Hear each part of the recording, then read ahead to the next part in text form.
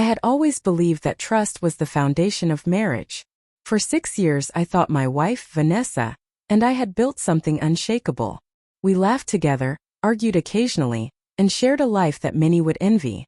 Yet there was a part of her I never truly understood. A side that could smile while hiding secrets. It wasn't until that Tuesday evening that I realized just how fragile our perfect life really was. Vanessa had come home later than usual, her heels clicking sharply on the hardwood floor. Laughter spilling from her lips as she recounted something I wasn't meant to hear. I was setting the table for dinner, trying to keep our routine intact, but her mood was sharp, almost daring. She looked at me, tilted her head and laughed. "I can divorce you anytime." The words hung in the air like a sudden storm, more mocking than threatening, as if she had no idea what had already been set in motion. What she didn't know, what she could never have anticipated, was the folder I had found that morning. Hidden among her papers in the office drawer she thought I never checked. A simple folder, plain and unassuming, yet filled with images, receipts, and messages that painted a story I wasn't ready to believe. For weeks, little signs had been slipping past me. The late nights, the sudden phone calls she stepped out to take, the faint perfume that wasn't mine. And now, standing in front of me, she laughed as if the power was entirely hers. I didn't react immediately. No yelling, no confrontation. I had learned early in life that some battles are won silently, and this was one of them. Instead, I poured myself a glass of water, the cool liquid steadying my pulse. Vanessa noticed my calm, and a flicker of surprise crossed her eyes. "What are you smiling at?" she asked, her voice tinged with curiosity and a hint of defensiveness. I sat down at the table, placed the fork and knife neatly beside my plate, and simply said, "We'll talk after dinner." It was not a question nor a threat. It was a statement of control, of patience, and of a quiet storm that was about to break. Vanessa's laughter faltered slightly, and I saw it, the first crack in her confident mask. Dinner was awkwardly quiet. Vanessa kept stealing glances at me, her smile forced, as if trying to maintain control. I couldn't let her know how much I already knew. The folder wasn't just proof, it was a weapon, a mirror showing her deception, and I held it silently in my mind, knowing when and how to use it. After clearing our plates, I walked over to the living room, motioning for her to sit on the couch. She hesitated but complied, the confidence in her eyes waning slightly.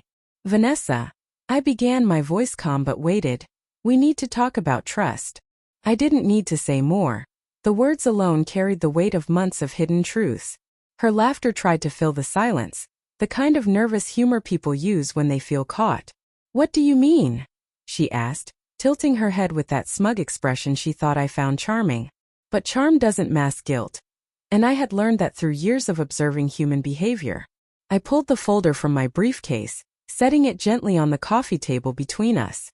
Vanessa's eyes widened as she recognized the plain manila cover. Where did you get that?" she stammered, a tremor creeping into her voice. I said nothing, letting the silence stretch, letting her panic quietly build. Every second of hesitation was a confession in itself. Inside, the folder revealed months of late-night dinners with men whose names she had casually dropped as clients, text messages filled with playful innuendos, and receipts for hotels she claimed were work-related.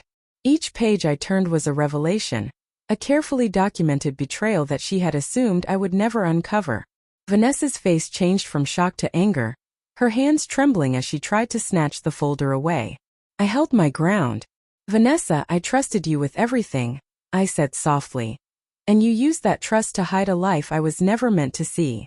She opened her mouth to argue, to deny, to laugh again. But the folder was a mute witness to everything, and for once words failed her. I could see the realization dawning. Her control was gone. The power she thought she held, the confidence in laughing at me, had evaporated in an instant. And as she sat there silent, I understood that this confrontation wasn't about yelling or fighting. It was about truth, exposure, and the quiet reckoning of betrayal. Vanessa's silence stretched, heavy and suffocating, broken only by the occasional shuffle of papers. I could see the panic in her eyes now, the same eyes that had laughed earlier as if nothing could touch her. The contrast was stark, confidence crumbling into desperation, and it was the justice I hadn't needed to deliver personally. The folder had spoken for me. I can explain," she whispered finally, her voice shaky, almost pleading. But explanations were meaningless at this point.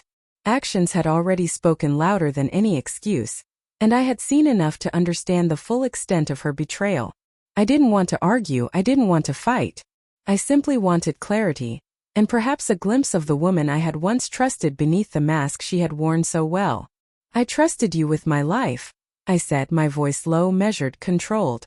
And you chose to betray that trust. Not once, not twice, but repeatedly. You wanted to have control, to mock me, to act as if you were untouchable. And now here we are. I let my words linger, letting the weight of truth settle between us like a physical presence. Vanessa's hand shook as she reached for the folder, trying to reclaim some semblance of power.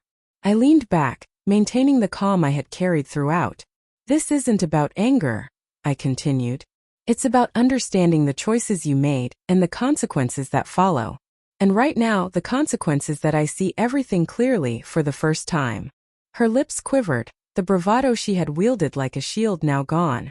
For the first time in years, she was the one exposed, vulnerable and small in a way I hadn't imagined possible. She had laughed at the idea of divorce before, but now, confronted with the undeniable proof of her deception, she didn't even try to argue. She was silent, and in that silence I found a grim satisfaction. I picked up the folder carefully, setting it back in my briefcase. We'll need to decide what comes next, I said. But know this, I am no longer the man who could be fooled, laughed at, or underestimated. That chapter of our life is over. Vanessa's shoulders sagged, the fight draining out of her. Her laughter was gone, replaced by a hollow realization. The woman who had thought she could control the narrative was powerless, and the man she had mocked had already seen everything. For the first time, I felt a strange mix of relief and sorrow. Betrayal had shattered the illusion of our life together, but it had also revealed the truth I had been seeking all along. And as I left the room, the folder secured and my mind clear, I knew one thing for certain. Trust, once broken, could never be given blindly again, and some lessons could only be learned the hard way.